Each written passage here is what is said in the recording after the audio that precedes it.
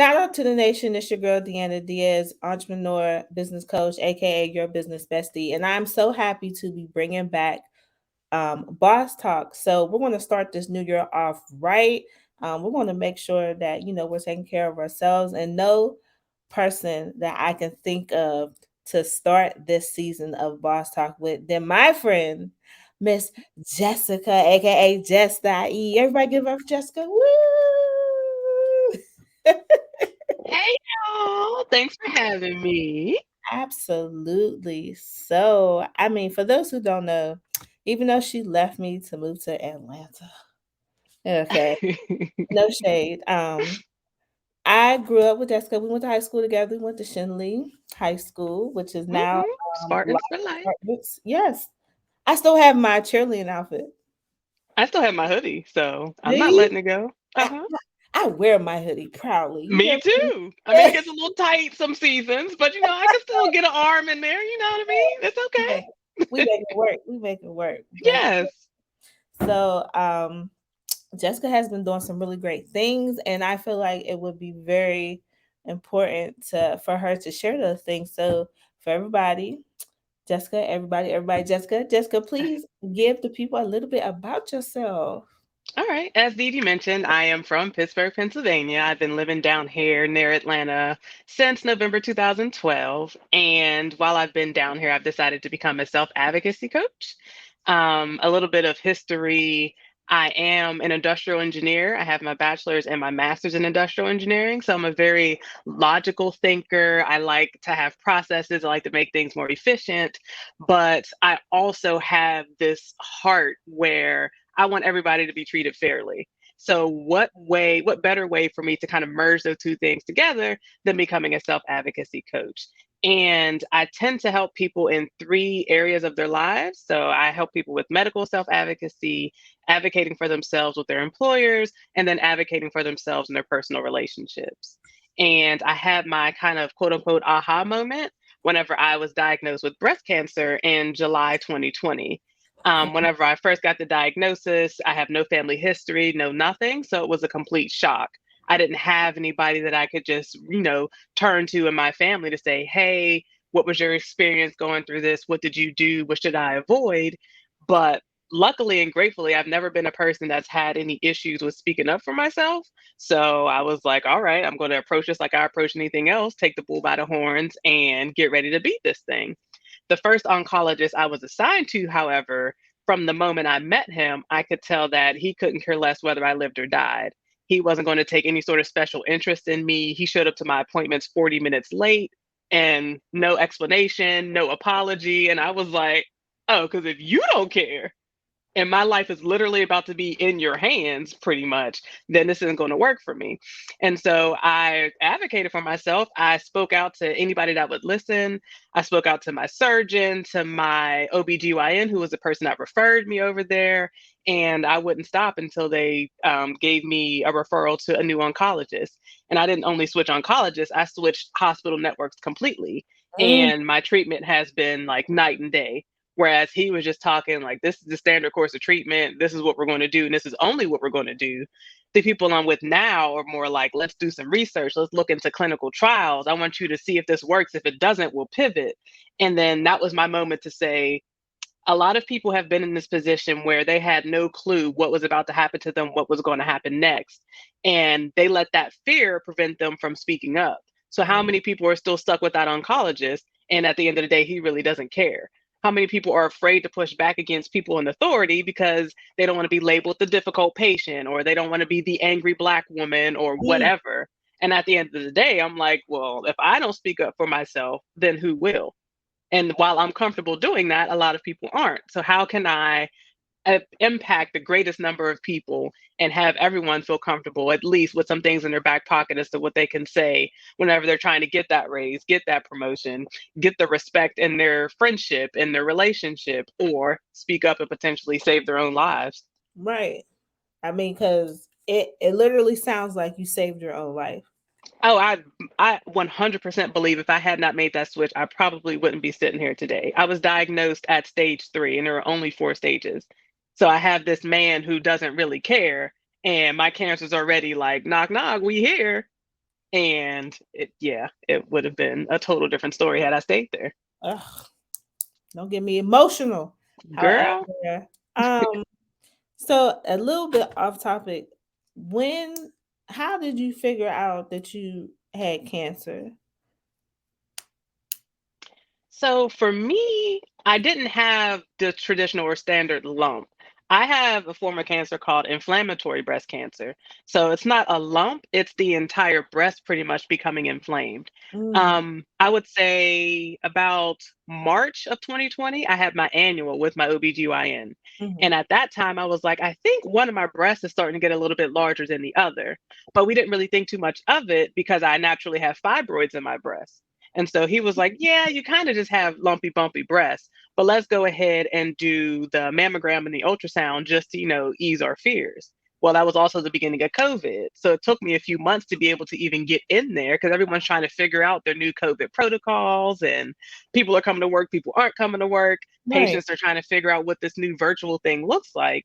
And so right. by the time I got in, it was a few months later. And in that time, my breast was like a lot larger. It was Mm, inflamed. I had the nipple started to look like an orange peel. Like it was pretty obvious that it was cancer at that point. But I yeah. went from it's just a little bit bigger to we're here in a matter of months.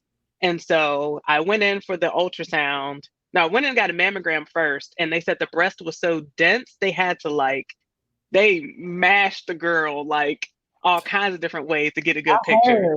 I heard Right. they had to smash you. Girl, they smash you. And mind you, my breast is already inflamed. So it already is kind of sore and tender. And they're like, all right, I need you to put it in here and just count to 20 or something. So Oh, geez. I was a Take a deep trooper through breath. that. Yes, there was a lot of deep breaths, but we made it through that. I ended up, needing some Motrin to get through it, but I did it. And then we went for the ultrasound. And I can just tell by, people's body language and the questions they start asking. They were like, I think you should go get a biopsy. And I was like, okay, so we're going down this road. And Mm. then I doing the biopsy, and the radiologist starts asking me questions. And she's like, have you had a fever or anything lately? And I was like, no. She was trying to rule out mastitis. And I'm like, well, I haven't breastfed in years. So I hope this ain't a milk duct being inflamed from some milk from a couple years ago. Because if we got other issues, Right, like right. somebody gonna have to tell me something. And I was like, no, I haven't had a fever or anything like that. And it's not her job to tell you that you have cancer. Only like the doctor, whoever's reviewing it, can tell you. But I could tell immediately that it was cancer. And she could tell that I was reading that from her. And she Mhm, was like, you look like the type of person that needs something to do. You need some steps to follow. You need something to kind of keep you grounded. And I said, mhm, absolutely. And that's mhm. when she gave me the advice. I want you to find a surgeon. I want you to find an oncologist just in case. And then I had the biopsy on a Monday, and on that Friday, they called me in and said, you have stage 3 inflammatory breast cancer. Man, oof. All right. 32 years old, no family history, no nothing. Just Just, came up it out was of. my lucky or unlucky day. Oh man. Well, before I start boohoo crying up in here, I'm going to move on from that. Okay. So self advocacy, like I was really interested in that, and I know you broke that down a little bit. What is the difference between self advocacy and a life coach to you? I think to me, a life coach focuses on your overall general life goals. And that could be advocating for yourself. That could just be setting goals for yourself and how you plan to accomplish them. To me, as a self advocacy coach, I'm focusing on a more narrow aspect of your life. It's about speaking up for yourself in those three areas that I mentioned: the medical, employment, and personal relationships. So anything that kind of falls outside of that, I think would be more of the life coaching aspect. I would say some of the teaching you how to advocate for yourself in your personal relationships kind of overlaps with the life coach, but I would Mhm. say they're more broad, where mine is more niche down, a little bit more specific.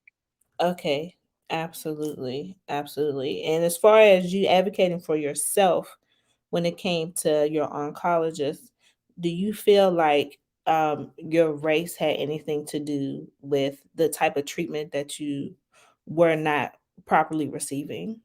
Absolutely. I mean, we all know that Black women aren't treated equitably or fairly equally whenever it comes to the medical space. And to be completely transparent, my oncologist, the original one, was an Indian man. And Mm, so, although he was a person of color, they tend to align themselves toward the non people of color. And so, mhm. I know for a fact if I were his mother, his sister, his aunt, or if I were a white woman, my treatment would have been different. Oh yeah, But for here I sure. am, Black woman, and he just couldn't be bothered. Mm. Couldn't even Mhm. take the yellow skin into consideration. Just no, that's crazy. Nope, That's nope. insane. Mhm. So industrial And and then the hospital, once I left, they had the audacity to send me one of those surveys. Do you have any feedback? oh, And I was like, oh boy, do I. Like I sat back, I wrote it out. I had a rough draft. Like you was gonna get every single character you allotted in this text hey, box. And I you let them have it. I'm heck going to yeah, fill that out every single time. I try to do it for not just bad experiences, but good experiences as well. absolutely. But he was most certainly getting a review. And would I recommend? Absolutely not. So I Man, only hope that it went somewhere that matters, somewhere that's important, but they were going here for me regardless. man, listen. I know you changed into your comfy clothes, got you a nice Girl, cup of your favorite drink. It was the like, you know sweats, I had a cup of tea and I said, how many characters do I get? Because I'm naming names. what? I know that's real. I'm Yes. going to pull up your website because it is so beautifully done Well, thank you, ma'am. and very easy to read. I told you I've been stalking you. Let me stop saying that because, child, somebody that loved me claim I am just a stalker, but he wasn't complaining when I met him. So Boo. therefore, so this is your website. Obviously, look at that. Yeah. Look at that smile. Okay, Hey. so Advocacy Alley. Okay, Yeah. so we broke down what a self advocacy coach is. Now, explain some of the resources that you offer here. Okay, so right now under free resources, the only thing I have listed is a guide for folks to use at their doctor's appointments. So, Oh, like I said, my medical experience was the thing that prompted my aha moment. So, I really wanted to start there. mhm, And in signing up for this, my clients are able to receive, whether you're my client already or not, anyone can go to this website and download a list of 21 questions that you can ask at your doctor's appointment to help give you that confidence to walk in and know that you're going to be listened to, taken seriously, all of that. And then it also has tips on things you can say whenever you need to push back. Because mm, I'm learning that that tends to be where things get a little gray. Yeah, you're fine asking questions, but as soon as the doctor says something that you don't necessarily agree with, or your medical team wants to take things in a direction that you don't necessarily agree with, how do you push back? And that can be kind of a tricky situation because at the end of the day, they are, the experts and they mhm, kind of know. We don't want to be disrespectful, but right, nobody knows your body better than you. So right. if you in your gut feel like you need a second opinion, what are some things that you can say to be like, yeah, I appreciate it. I love it. I'm going to go ask John Doe number two over here, and then we could move forward. And I will also say that if you ever ask for a second opinion and your doctor gets an attitude or gets upset, red flag, red flag, Ooh, red flag. If ooh, he's doing the right thing, he shouldn't care if you want 20 other people to come in and take a look at your case and give right, you advice. right. Why would he feel some sort of way about it? So, yeah, red flag. Definitely, definitely sound like a red flag. Okay, Hmm. so like I'm gonna put myself in a scenario with you. So I Okay. remember a few months ago when I found out that my overuse of green tea was spiking my heart rate. I Hmm. didn't know what it was. So, and I'm sitting up here thinking I'm going into cardiac arrest or something, you Hmm. know what I mean? Freaking out. And I go to the doctor and I'm going and I'm going. It's like when I go there, nothing's wrong. Nothing's Hmm. wrong. And just like you know your body, right? I Hmm. know my body. And I'm sitting up here and I'm like, Lord, the first time I had my daughter with me now, I'm in Erie, so I'm 2 hours north. I had to Uh-huh. call my granddad so they can come up here in the middle of the night to come Hmm. get my daughter so that they can run tests and everything on me in the morning. And everything Uh-huh. came back fine, praise God, stress test and everything. And Mhm. um, so I'm like, okay, no problem. Ain't got no Right. issue. Maybe I just had a worked up day. Mhm. So then I come back home, every doing things normally, and everything happens just like that. Then all of a sudden, I get that serious head nod because my blood pressure then spiked up, and I'm like, no, I gotta go. Now I can feel the tightness in my chest and my throat, so I'm going back. I'm going back. Mhm. They're like, nothing's wrong, nothing's wrong. I'm like, no, Mhm. I'm not feeling that. So now I wasn't in defeat Mhm. in my situation. But so if I was coming to you and I'm saying, I keep going to my doctor and they're saying nothing's wrong, but I know something's wrong. I Mhm. know something's wrong. I'm worried because, it's just me and my daughter up here. How would you handle my situation?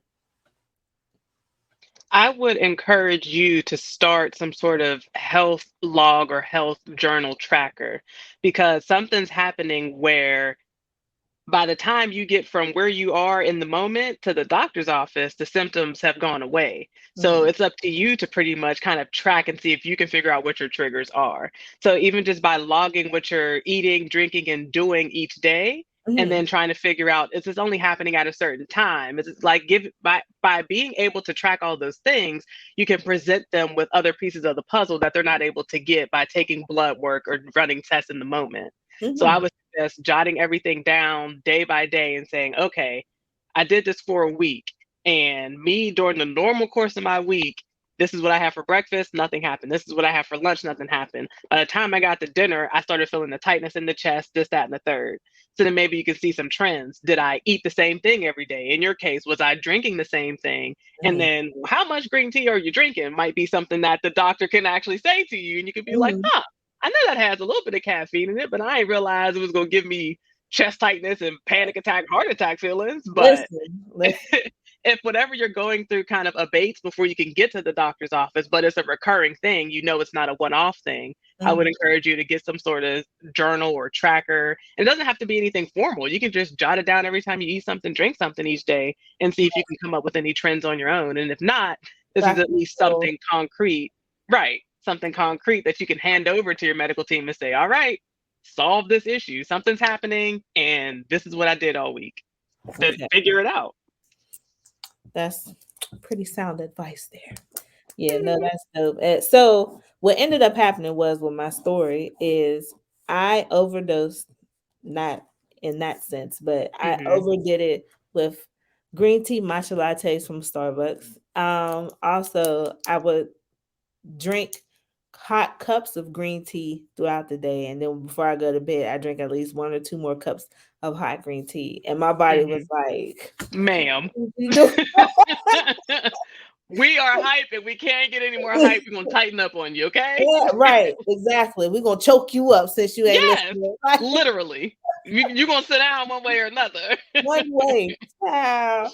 And then those calls was getting expensive, man. I was Hmm. calling like 911 because I'm like, all right, Right. you know what I mean? So it was becoming something for real. So, but when I had cut out the green tea, I think it did it like once or twice after that, but Mm-hmm. then I had cut it out. I cut it out for a whole year. I ain't have no problem since. Praise There God. you go. Praise God. Won't he do it? All the time. But yeah, but yeah, man. So coaching, we have 1 minute left. Hmm. So I'm just gonna tell you all right now. Make sure you go to her website. I'm gonna bring that back up. So when you see this beautiful face right here, you know you're at the right place. I Thank put you. her information at the ticker down below. So with 45 seconds left, um, tell what can somebody expect when they come and reach out to you? You can expect someone that's going to champion for you and encourage you to champion for yourself just as hard. I want everyone to get the treatment that they want and the treatment that they deserve. And if you don't speak up for yourself, then who will? I know that's right. She did that about 20 seconds. She ain't need the whole 45 is what she's saying. But it is so great to have you here. And it is so great to have catch up with you because I don't even think I spoke to you since the It's early been a while. 2000s. You know what I mean? So we're gonna It's leave it been a at the while. early 2000s. But I'm gonna come down to ATL, come holler at you one day. Please do. Yes. So, but thank you guys so much for tuning in today's Boss Talk episode. Make sure you hit up my girl Jessica. She know what she talking about. You see that she'd have been there, done that. She ready to help advocate for you. Yeah. Yes, ma'am. But make sure y'all leave your comments down below if you have any questions. You know who to hit up, or you can hit me up so I can ask her if you don't feel comfortable. Whatever the case may be, we got you. So until next time, thank you so much for tuning in, and make sure you check out all the links down in the description bar. Bye.